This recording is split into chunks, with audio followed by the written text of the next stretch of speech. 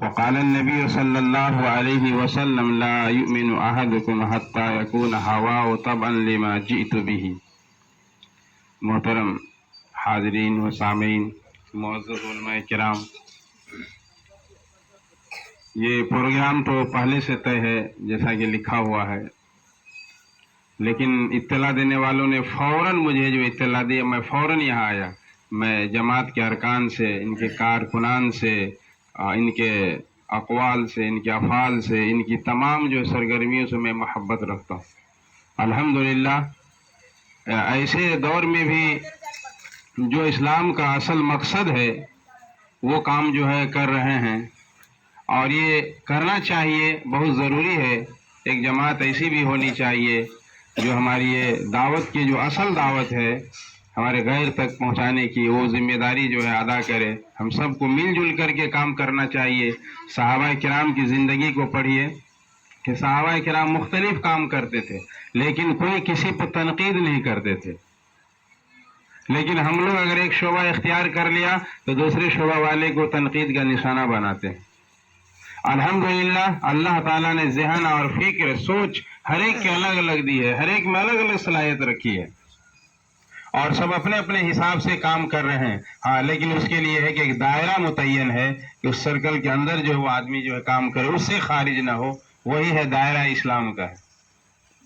تو ابھی ہم نے آپ حضرات کے سامنے قرآن مجید کی ایک آیت پڑھی، اور ابھی ہمارے جو ہے فاضل دوست جناب حضرت مولانا عظیم الدین صاحب کہ بہت بہترین جو ہے انداز میں بات کر رہے تھے اور عملی انداز میں ہم لوگوں کو سمجھا رہے تھے۔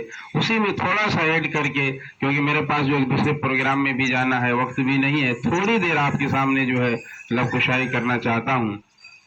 یہ کہ ہمارے جتنے بھی معاملات ہیں قرآن مجید کی روشنی میں ہم غور کریں۔ خود ابھی جو آپ کے سامنے ایک آیت پڑھی گئی کہ جناب نبی کریم صلی اللہ علیہ وسلم تمہارے لیے بہترین نمونہ ہے۔ ہمیں ہر چیز میں، زندگی سے لے کر موت تک ہمارے لیے کیا نمونہ ہے وہ نبی میں تلاش کرنا ہے، کسی دوسرے میں نہیں۔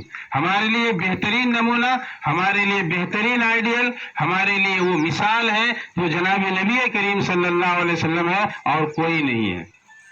دوسری بات یہ کہ حدیث میں جو ہے ابھی حدیث پڑھی گئی، لا یؤمن احدکم حتی یکون ہواہ طبعا لما جئت بہ، کہ جناب نبی کریم صلی اللہ علیہ وسلم نے فرمایا تم لوگ اس وقت تک کامل ایمان والے نہیں ہو سکتے، مکمل مومن نہیں ہو سکتے، جب تک کہ تمہاری خواہشیں، تمہاری فطرت، تمہاری چاہت پوری کی پوری میری لائی ہوئی شریعت کے مطابق نہ ہو جائے۔ یہ مزاج ہونا چاہیے ہم لوگوں کے۔ ہر چیز میں ہمیں دوسرا طریقہ نہیں، نبی کا طریقہ جو ہے تلاشنا ہے۔ ابھی ہمارے جتنے بھی معاملات ہیں 95% معاملات جو ہے ہمارے بگڑے ہوئے ہیں، اور یہ صرف اس وجہ سے ہے کہ سیرت نبی پر ہم نہیں چل پاتے ہیں۔ ہماری جو ہے سادگی اور دوسروں کی عیاری کی ہم شکار ہیں، جس کو علامہ اقبال نے بڑی وضاحت سے جو ہے یہ بات جو ہے کہی ہے۔ اس وجہ سے ہماری سب سے پہلی ذمہ داری ہے ہم مخلص ہو کر کے، نیتوں کو خالص کر کے، اللہ رب العزت نے جو دین دیا ہے، دین قیم، اس پر جو ہے قائم ہو۔ ہمارے لیے رہنما صرف اور صرف جناب نبی کریم صلی اللہ علیہ وسلم ہو۔ اگر ہم جناب نبی کریم صلی اللہ علیہ وسلم کے طریقے پر آ جائیں گے، ہمارے 95% معاملات فوراً حل ہو جائیں گے۔ آج عدالتوں میں جائیے، کورٹوں میں جائیے، جھوٹی گواہی دینے والے، جھوٹے مقدمہ کرنے والے، ناجائز رشوت دینے والے، غلط طریقے سے حاکموں کو پیسہ دینے والے، وہ آپ کو 95% مسلمان ملیں گے۔ حالانکہ قرآن مجید نے کہا لا تأکلوا اموالکم بینکم بالباطل ولا تدلوا به الی الحکام، کہ حاکموں کے پاس گھسیٹ کر کے اپنے معاملات کو لے جا کر کے ناجائز طریقے سے ان خبیثوں کو رشوت مت دو۔